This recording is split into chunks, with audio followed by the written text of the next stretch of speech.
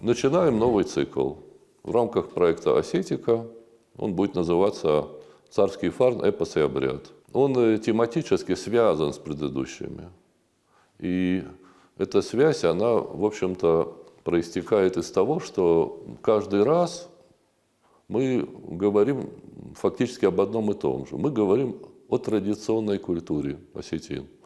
Просто мы как бы ее рассматриваем, обсуждаем под разными углами. И вот этот наш цикл, он предполагает в качестве точки зрения фигуру царя. Царя мифологического. То есть это образ, который идет из глубокой архаики. И обращение к нему, оно оправдано тем, что для традиции царь – это фигура ключевая. Это фактически первый человек. И он выступает в роли устроителя природного и социального космо.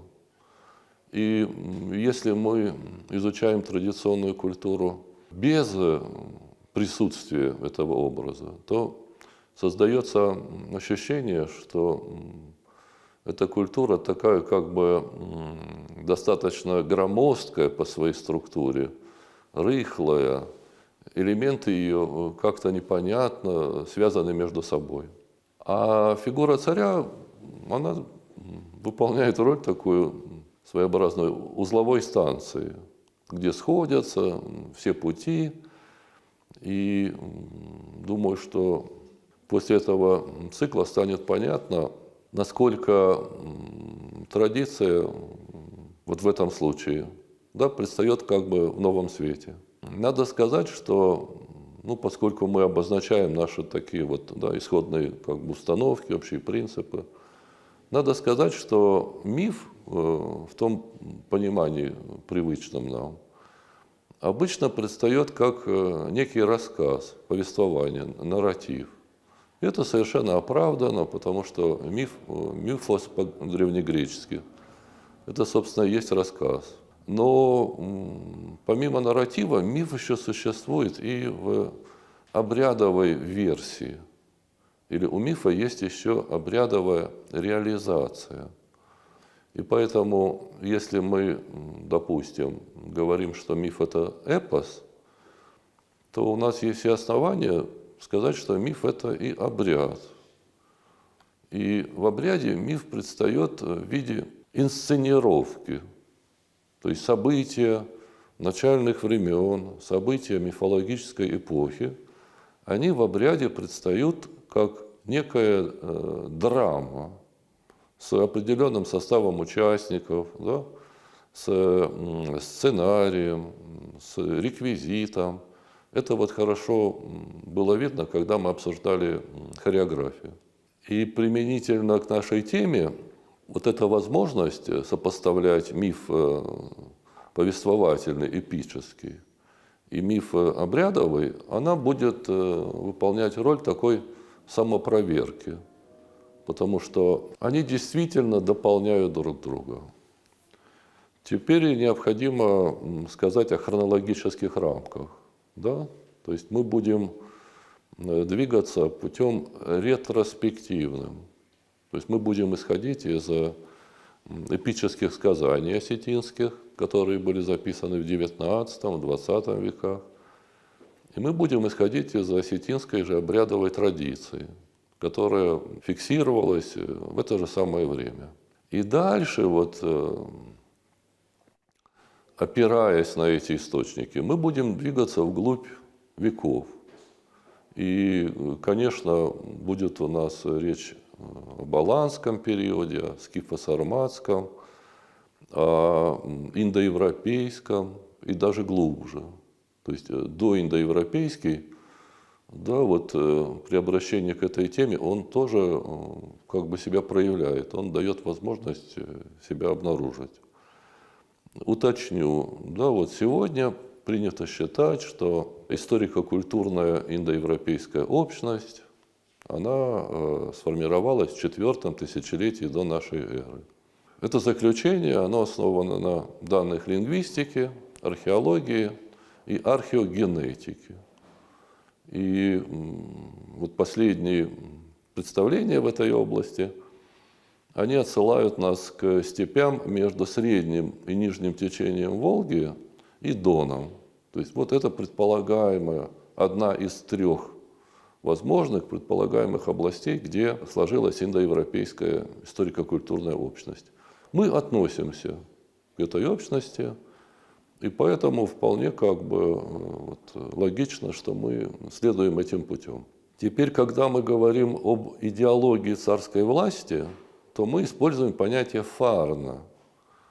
То есть сама традиция, она выработала некое представление, в котором эта идеология находит совершенно такое ясное, завершенное выражение. И термин, который использует традиция, он в древнеиндийской традиции звучит как паранах, а в иранской традиции звучит как фарнах. Я замечу, что еще в начале второго тысячелетия до нашей эры существовала вот эта индоиранская общность, когда, собственно, это представление сформировалось. И это представление включает в себя три понятия. Вот фарн, привычный нам, он включает три понятия. Первое понятие – это суверенность, второе понятие – это власть, и третье понятие – это изобилие, процветание. И вот царь – это тот, кто должен был обеспечить все эти три составляющие. И если мы обращаемся к эпосу, то уже давно обратили внимание на то, что эпическая династия, Акшартаката, и династия историческая, аланская, они тождественны друг другу. Есть сообщение грузинского хронографа, это такая вот летопись XIII века, о том, что в 1263 году, после нашествия татаро-монгол, аланская царица с двумя своими сыновьями, Париджаном и Бакатаром, она бежала к двору Картлика хеттинского царя. Вот это наблюдение, хорошо известное, оно, в общем-то, еще по достоинству не оценено. И мы попытаемся с вами в рамках этого цикла это сделать. Теперь, если мы обращаемся к обряду, то речь, конечно, будет идти о кувде. Это обрядовое моление, это такая кульминация религиозной и общественной жизни осетин. Этот обряд, он тоже в своей основе имеет идеологию царской власти. И, по сути, этот обряд представляет собой мифологический каркас Нартиады. То есть он образует остов обрядовый, который эпопее придает структуру, целостность, который показывает, что в своем развитии она прошла все три фазы, то есть фазу популярных героев, фазу циклов, которые складываются вокруг них, и третья заключительная фаза, государственная, это фаза циклизации. И именно под этим углом зрения мы и будем ее рассматривать. Теперь я, опираясь на собственные исследования, могу сказать, что остинское обрядовое моление кувд, оно по своему происхождению может быть возведено к индоевропейскому обряду теоксении. Это обряд, который известен еще в эпоху бронзы. Это так называемая микенская цивилизация. И теоксения по-гречески обозначала священный пир, участником которого становились боги и герои. Теос – это Бог, а ксения, ксенос – это гостеприимство. Женское имя Ксения, значит гостеприимное. И во время этих пиров вручались героям почетные кубки. На них делали даже гравировку. И если мы попытаемся проследить происхождение остинского кувда, то он вполне надежно может быть к этим теоксениям возведен. При этом, конечно, надо сказать, что в процессе своей эволюции, этот обряд, он активно взаимодействовал с мировыми религиями. И поэтому мы там находим следы вот этого взаимодействия и с христианством, и с исламом, и с иудаизмом, да, с авраамическими религиями. Но основа, вот эта исконная, изначальная, она сохранена, и она позволяет нам поэтому ставить вот эту проблему, которую мы будем обсуждать. Если говорить о эпопее, то фактически речь идет о ее прагматике. Да, то есть вопрос о том, как эпос бытовал в пространстве традиционной культуры, то вот ответ будет заключаться в том, что он служил средством легитимации царской правящей династии. То есть таким образом верховные правители оправдывали свое вот это высокое положение. И это оправдание, оно обществом как бы воспринималось. Фарн в осетинской традиции понятие вот, может быть одно из центральных для духовной культуры. И оно настолько важное, что оно даже в своем развитии достигло этапа бытовизации. Да? Ну, вот когда мы по-русски благодарим и говорим спасибо, да, мы же не осознаем, что это религиозная форма выражения, да, что это «спаси Бог». Поэтому вот осетинские бытовые выражения, всяческие пожелания благодати, да, вот связанные с Фарном, они тоже часто как-то вот воспринимаются как сугубо бытовые. Между тем, Фарн – это вот такая небесная благодать, и я уже говорил о тех смыслах, которые с ним связаны. И я еще просто добавлю, что в процессе эволюции происходит такое явление, как контаминация.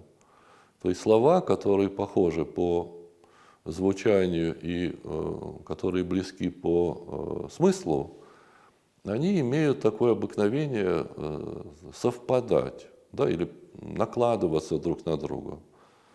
И поэтому, с одной стороны, мы знаем, что Фарн – это суверенность, это контроль, изобилие, процветание.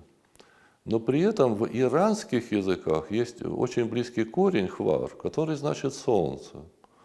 И это не случайно, потому что вот Фарн мыслится как небесная благодать, связанная с сиянием. И когда мы используем термин «царь», то мы фактически опираемся на опыт Римской империи, да, потому что царь – это Цезарь. А есть исконные иранские термины «хшай». И вот «хшай» – это и значит «сияние». В этой номенклатуре, титулатуре аристократической есть такое обращение «ваше сиятельство». Да? То есть сияние как такой признак обладания властью.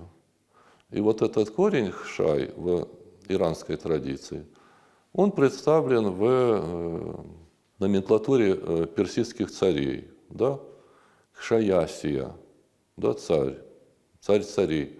Хшаясия, Хшаясияна. И он же представлен и в известных нам скифских именах. Да? Вот Калаксай, Арпаксай, Липаксай. Да? Калаксай – царь солнца, Арпаксай – царь глубин, Липаксай – царь горы. Везде представлен вот этот корень, который, в общем-то, как бы и ведет к тому, что Фарн неизбежно ассоциируется с сиянием, с небом, совсем светлым. Здесь я бы еще упомянул работы Дмитрия Сергеевича Раевского. Это такой выдающийся скифолог, советский, российский, который дальше всех, наверное, продвинулся в изучении идеологии царской власти. Он это делал на скифском материале. Он очень активно и продуктивно привлекал материал осетинский. В некотором смысле он опередил свое время, потому что сейчас в иронистических исследованиях, вот, изучение царского культа, ну и шире в индоевропеистике, это, в общем-то, тема достаточно актуальная. Вот по-английски это называется kingship или вот studies of royal court, да, то есть изучение царского двора. И мы фактически как бы вот идем в ногу со временем, и мы ставим те же вопросы, которые ставят наши коллеги. Думаю, что эта постановка, она даст ключ к пониманию многих темных, непонятных мест, откроет нам самые сокровенные тайны. Теперь, что касается обрядовой традиции, то здесь, конечно, мы будем опираться на работу Вилена Савельевича Варзиати, который тоже, вот, опережая свое время, изучая остинскую обрядовую традицию, обратил внимание на то, что вот голова жертвенного животного, шея и лопатка, они носят в том числе и социально-исторический характер, что они связаны со структурой социума, что голова – это представление о мудрости, разуме, и голова связана с сословием священнослужителей, судей. Шея отражает силу и связана с представлением о касте воинов. А лопатка, да, она очень мясистая, она отражает представление об изобилии, процветании и ассоциируется с общинниками, с производителями материальных благ, с скотоводами и земледельцами. И здесь мы будем опираться, вот, используя это разграничение, на трехфункциональную теорию Жоржа Дюмезиля, который в свое время, в конце 20-х годов, читая опубликованные памятники народного творчества осетин, материалы Махарбека Туганова, обратил внимание на то, что для эпоса вот это разделение на три фамилии, три рода является магистральным, является основополагающим. Там говорится, что Алагата от танца зондой Тухкин, да, то есть род Алагата был силен своей мудростью, разумом. Ахсартаката от танца Куаруген, то есть Каруджин, Ахсартаката были сильны, да, воинственны. А вот бурята от танца Фонсейхаздук были богаты скотом. То есть это вот, собственно, скотоводы и земледельцы. И нам останется сделать следующий шаг. Дело в том, что вот Дмитрий Сергеевич Раевский как раз это очень хорошо показал, что царь, он в своей фигуре вмещает все мироздание и весь социум. Он происходит из касты воинов, да, вот кшатриев. То, что в древнеиндийской этой сословно-кастовой системе. Собственно, Ахшар-Цакката, они от этого корня и производны. Алагата – это то, что в древнеиндийской системе брахманы. Это священнослужители и судьи. Это носители знания. Общинники, да, Бората – это каста, которая связана с древнеиндийским сословием, называемым вайшьи. И царь должен происходить из касты воинов и при этом быть связанными с обеими кастами другими. И вот как это происходит, какие механизмы для этого используются, да? Каким образом происходит получение вот этого фарна небесного, да, как небесного мандата на верховную власть. И о властодержцах мы с вами будем говорить в следующий раз.